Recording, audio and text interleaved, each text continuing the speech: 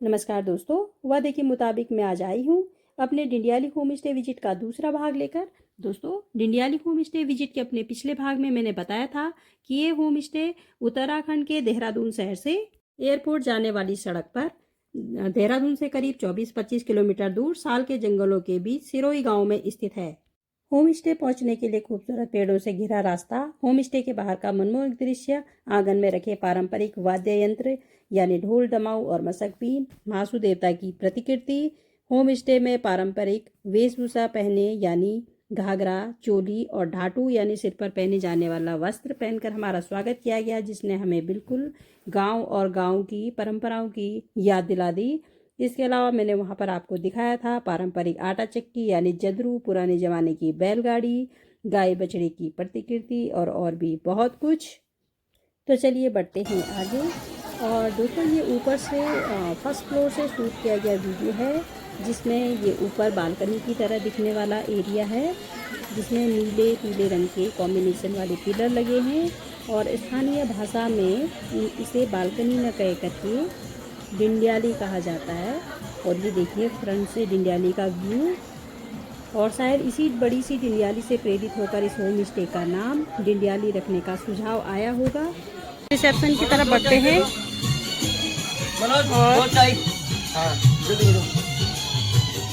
हाँ, ये रिसेप्शन है और रिसेप्शन के अंदर इन्होंने एक अच्छा सा कोना बनाया है, जहाँ पे इन्होंने पहाड़ी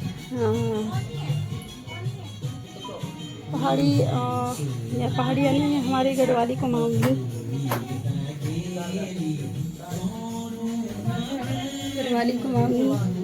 रहन सहन से संबंधित चीज़ें शो की हैं। तो ये तस्वीरें हैं, ये शायद महासू देवता है। और जिसमें पहले पुराने ज़माने में मेरी दादी ऐसे ही बर्तन में दही जमाया करती थी। तो ये परिया नहीं है, ये छोटा है। छोटा परिया है? नहीं, इसको परिया नहीं बोलते हैं, इसको कुछ और बोलते हैं। ये छोटा है। परिया बड़ा होता है और उसमें दही को मथ करके वो निकाला जाता है, मक्खन निकाला जाता है। और ये पुराने आखेट करने के धनुष हैं। और ये बैलों के गले में बांधी जाने वाली घंटियाँ हैं। इनकी बहुत ही अच्छी साउंड होती है और लोग अपने घंटियों से अपने बैलों को पहचानते थे कि हमारे बैल। 2 जोड़ी है यहाँ पे, ये देखिए। और यहाँ पर भी, और ये पहले दूध लाने के लिए यूज होता था, अभी भी अवेलेबल है ये मार्केट में, लेकिन अब इसका मॉडिफाइड फॉर्म मार्केट में अवेलेबल है। और ऊदियत है, आपको क्या पसंद आया? और ये पुराने टाइम पे बैठने के लिए चौकी, और आप देख सकते हैं इसमें ये जूट का बना हुआ कितना बेहतरीन डिज़ाइन है। और भी है यहाँ पे। और ये किस लिए यूज होता है? ये तो मोड़ा है बैठने के लिए, बच्चों का मोड़ा है ये। बियार तो बता दो, बियार। और ये जहाँ ये सामान रखा हुआ है, इनको पहले बियार बोलते थे और ये घर में बनाए जाते थे। आप देख सकते हैं कितनी मोटी दीवार है, ये 1.5 फीट मोटी दीवार है इसी वजह से। और ये दीवार आप देखिए, ये गोबर और मिट्टी से लिपी हुई दीवार है, इसमें ईंट और सीमेंट का यूज नहीं किया गया है। और इसी वजह से ये दीवारें गर्मियों में ठंडी और ठंडियों में गर्म होती हैं। और गर्मियों में इनके अंदर एसी की ज़रूरत नहीं पड़ती है, और सर्दियों में यहाँ अंदर बहुत गर्मी रहती है, तपिश रहती है, तो ठंड नहीं लगती है। इनके आप ये देहरी देख लीजिए, ये करीब एक इंसान के, ये 5 फीट की है। ये देखिए, ये मेरा हाथ यहाँ पर इजीली टच हो रहा है, ये सिर्फ 5 फीट है। ये मैंने हाथ बिल्कुल भी मोड़ा नहीं है, 5 फीट की है। और इसके पीछे पहले ये तर्क होता था कि घर पूजनीय होता था, और जब आप घर के अंदर प्रवेश कर रहे हैं तो आप सिर झुका कर के अंदर एंटर करेंगे, इसलिए ये छोटी छोटी देहरियाँ बनाई जाती थी। अगर कोई झुक के नहीं चलेगा तो उसका सिर टकरा जाएगा। और ये रूम है, और रूम में ये अंदर पुरानी टाइप की अलमारियाँ, मुझे याद आ गया, ये अब इन्होंने बंद कर दी है, लेकिन यहाँ कभी अलमारी रही होगी। दोस्तों, ये होम स्टे बेसिकली गांव का एक पुराना घर है जिसके पुराने स्वरूप को यथावत रखते हुए थोड़ा सा डेकोरेट कर दिया गया है। तो पहले बात करते हैं होम स्टे के बेसिक स्ट्रक्चर की। तो गांव के पुराने घर ग्राउंड फ्लोर और फर्स्ट फ्लोर यानी 2 मंजिल के ही बने होते हैं। तो ये होम स्टे भी कुछ ऐसा ही बना है। ग्राउंड फ्लोर को ओबरा कहते हैं, तो फर्स्ट फ्लोर को पाण कहते हैं। ओबरा यानी ग्राउंड फ्लोर का भाग पशुओं के रहने के लिए बनाया जाता था पहले, जबकि पाण यानी फर्स्ट फ्लोर को इंसानी निवास के लिए बनाया जाता था।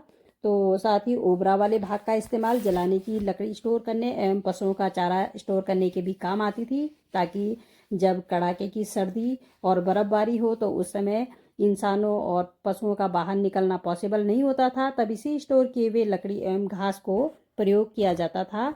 वर्तमान में इस होम स्टे के ओबरा यानी ग्राउंड फ्लोर के भाग को मॉडिफाई करके थोड़ा डेकोरेट करके एक छोटे म्यूजियम की शक्ल दे दी गई है, जिसमें गांव की सभ्यता और रहन सहन से संबंधित वस्तुओं का डिस्प्ले लगाया गया है। और जो डिस्प्ले मुझे यहाँ पे दिखा है उसमें बैलगाड़ी के काठ के पहिए, परिया यानी दही जमाने का बर्तन, गढ़वाली वेशभूषा पहनी नारियों के पेंटिंग्स, आखेट करने के काम आने वाले धनुष बाण, डोरी की बुनाई वाली चौकली और प्रदेश के प्रसिद्ध तीर्थ स्थलों की तस्वीरें, बांस के खंभे को काटकर बनाया हुआ जग या गिलास, बैलों के गले के घुंघरू और दूध की डोलची और चौकली, मोड़ा और नरेला भी मुझे यहाँ पे दिखा जिसमें अनाज स्टोर किया जाता था। और पुराने ज़माने की दीवारों पर बने हुए सामान रखने के लिए बियार और पुराने टाइम की बैलगाड़ी की प्रतिकृति और छूते भी रखे हुए थे यहाँ पे, और दीवार में बनी हुई आलमारी जो अभी बंद कर दी गई है चिनाई के द्वारा। तो दोस्तों ओबरा से बाहर निकल करके सीढ़ियों से होते हुए मैं पाण यानी फर्स्ट फ्लोर में प्रवेश कर रही हूँ। और पाण में ये है बालकनी, जिसे डिंडियाली कहते हैं स्थानीय भाषा में, और इसी वजह से होम स्टे का नाम पड़ा है। और ऊपर ये पुराने टाइप की स्लेट की छत है। इसका आप ये स्टोन देख सकते हैं, ये बिल्कुल काले रंग का है और ये स्लेट का बना हुआ, पूरी स्लेटी चट्टानों को काट करके बनाया जाता है। पूरी छत ऐसी है। और तो बढ़ते डिंडियाली से आगे, और डिंडियाली के बाद फर्स्ट फ्लोर यानी पाण का जो कवर्ड एरिया है, गांव के घरों में उसका प्रयोग इंसानी निवास के लिए किया जाता था। इसमें एक किचन, सोने का कमरा और अनाज स्टोरेज हेतु जगह जरूर बनाई जाती थी, लेकिन इस होम स्टे के पाण वाले पोर्शन को मॉडिफाई कर दिया गया है एवं इसमें एक बड़े कमरे को मेडिटेशन रूम में कन्वर्ट कर दिया गया है। साथ ही मेडिटेशन रूम में हारमोनियम एवं मधुर संगीत युक्त वाद्य यंत्र भी रखे गए हैं, ताकि मेडिटेशन हेतु रम्य वातावरण तैयार किया जा सके। तो पाण में खड़े होकर मुझे एक लोकगीत की 2 लाइनें याद आ रही हैं दोस्तों। सबसे म्यारा मोती ढांगा तिले धारू बोला, सबसे म्यारा मोती ढांगा तिले धारू बोला, उबरा पुड्यो मोती ढांगा, उबरा पुड्यो मोती ढांगा, पाणी अयु सिंगा, सबसे म्यारा मोती ढांगा तिले धारू बोला। ये वाला जो वो, तो वहां से अंदर जाओ, अंदर जाओ वहां से। अरे वहां से इधर आओगे आप, चलो तो आओ, हाँ आओ।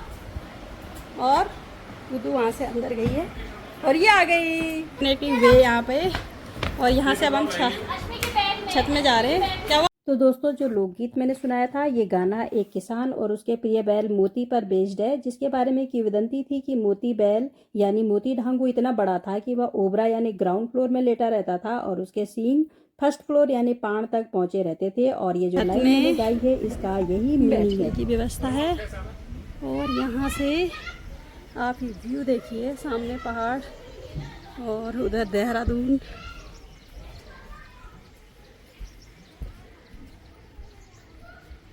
देहरादून को मैं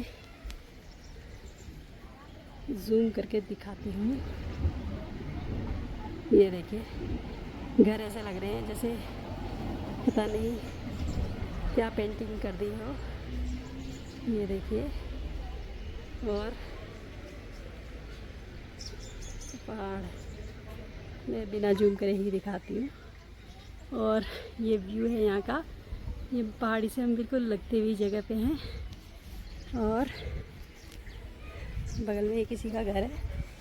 शायद ये परिवार यहाँ रहता नहीं होगा, माइग्रेट हो गए होंगे किसी मेट्रो सिटी में, तो इन्होंने अपने घर को होम स्टे के पर्पज़ से दे दिया है किसी को, तो वो लोग यहाँ पर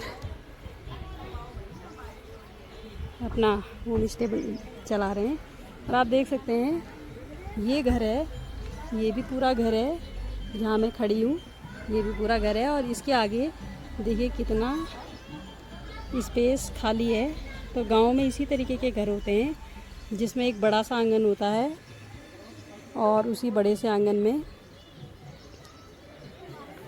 किचन गार्डन वहाँ आंगन में नहीं होता है, क्योंकि उनके पास ऑलरेडी अगल बगल इतनी लैंड होती है कि वो अपना गार्डन अलग रखते हैं।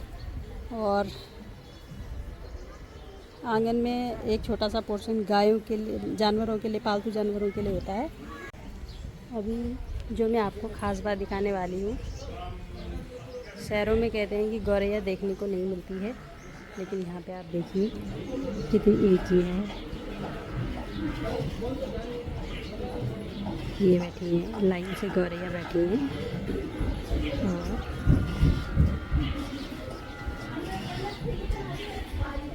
यहाँ इनको खाने पीने की चीज़ें भी सफिशिएंट मिल जाती हैं।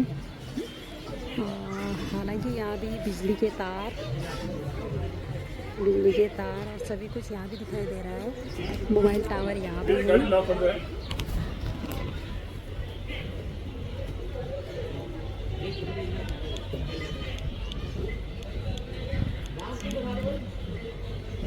तो फुल व्यू। और पीछे घर है किसी के, तो वहाँ सामने ये गोबर गैस का सिस्टम लगा रखा है यहाँ पे। और इससे ये बिल्कुल गैस के चूल्हे की तरह काम करता है। गाँव मेरे गांव में हमने भी लगवाया था दादा दादी के लिए, और अभी वहाँ कोई नहीं रहता है तो वैसे ही बेकार पड़ा हुआ है। लेकिन ये गोबर गैस सिस्टम, इधर किसी की गाय की छानी है, गाय है यहाँ पर।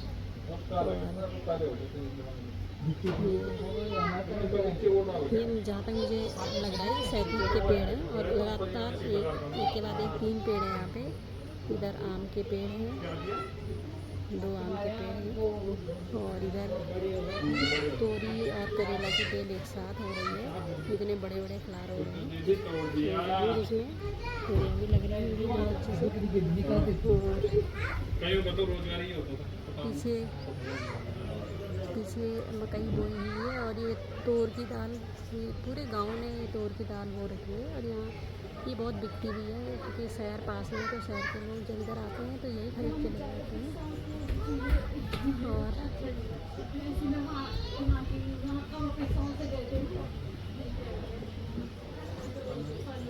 ये बादल कितने पास हैं हमारे, बादलों की वजह से ये आधे पहाड़ की विजिबिलिटी ख़त्म हो गई। यहाँ तक पहाड़ दिख रहा है, इधर विजिबिलिटी खत्म हो गई है।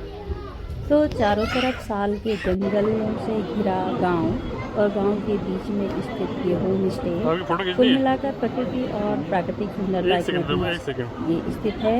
मैंने देखा कि यहाँ पर आने वाले सभी पर्यटक प्राकृतिक सुंदरता का आनंद ले रहे थे।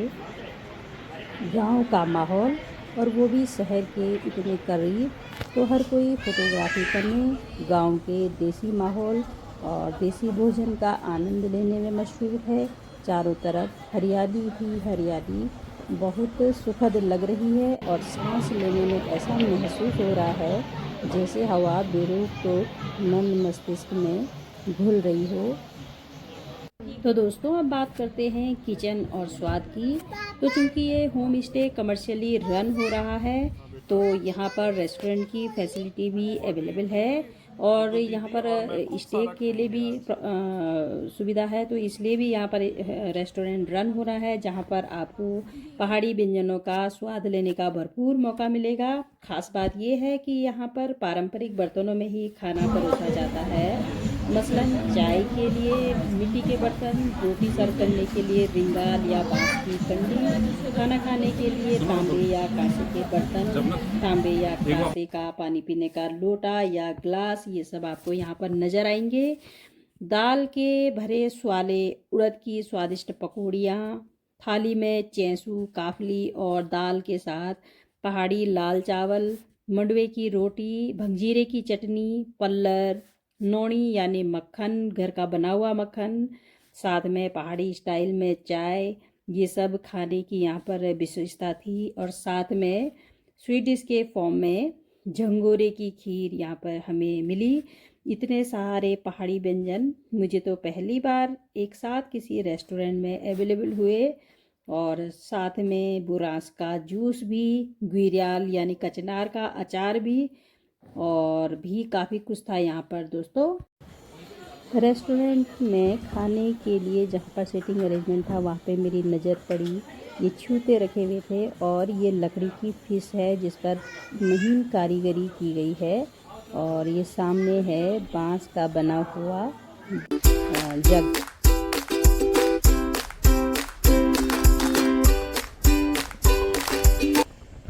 खाने के बाद जब हम निकले बाहर तो किचन के अलावा यहाँ पर मनोरंजन की भी अच्छी व्यवस्था की गई है। पारंपरिक वाद्य यंत्रों की थाप पर स्थानीय लोक कलाकार जब यहाँ पर संगीत का समा बांधते हैं तो शायद ही कोई शख्स हो जो कि थिरकने पर मजबूर ना हो जाए। कुछ देर प्रोग्राम चला भी, लेकिन दोपहर के बाद संगीत और नृत्य का कार्यक्रम चल ही रहा था तभी वहाँ पर अचानक तेज़ बारिश भी शुरू हो गई। और चूँकि आसपास जंगल है तो बारिश के बाद मौसम बहुत ठंडा हो गया और हमारे साथ छोटे बच्चे भी थे, इसीलिए खाना खाने के तुरंत बाद ही हम सभी वहाँ से समय से निकल गए। रास्ते में साल के जंगल के बीच एक जगह रुककर हमने खाली जगह पर मैंने और आशीष भाई ने मिलकर घर से लाया हुआ मेरा खुद का तैयार किया हुआ जामुन का पेड़ भी लगाया। और सुहाने मौसम और सुरम्य रास्ते का आनंद लेते हुए हम सब घर की ओर निकल पड़े। इस होम स्टे में रुकने की भी सुविधा है, लेकिन बरसात में वहाँ पर रुकना थोड़ा सेफ और हाइजीनिक मुझे नहीं लगा। ओनर्स को थोड़ा सा वहाँ पर सेफ्टी और साफ़ सफाई के मामले में और ज़्यादा वर्क करने की ज़रूरत है। अलबत्ता खाना और मनोरंजन की दृष्टि से मुझे ये जगह काफ़ी प्रोडक्टिव लगी। अगर आप दिन दिन में इस जगह पर पिकनिक का कोई प्रोग्राम बनाते हैं तो दोस्तों के साथ पिकनिक के लिए जगह मुझे फुल एंटरटेनिंग लगी। साथ ही यहाँ पर ट्रैकिंग की भी भरपूर संभावनाएं हैं। और अगर आप पहाड़ी दालों के शौकीन हैं तो यहाँ आसपास के गांव वालों से आप पहाड़ी दालें खरीद कर भी ला सकते हैं। तो दोस्तों ये थी मेरी डिंडियाली होम स्टे की विज़िट। तो मेरी वीडियो में आखिरी तक बने रहने के लिए आप सबका हार्दिक आभार। आपका प्यार और सहयोग मुझे लगातार मिल रहा है और उम्मीद करती हूँ आगे भी मिलता रहेगा। धन्यवाद।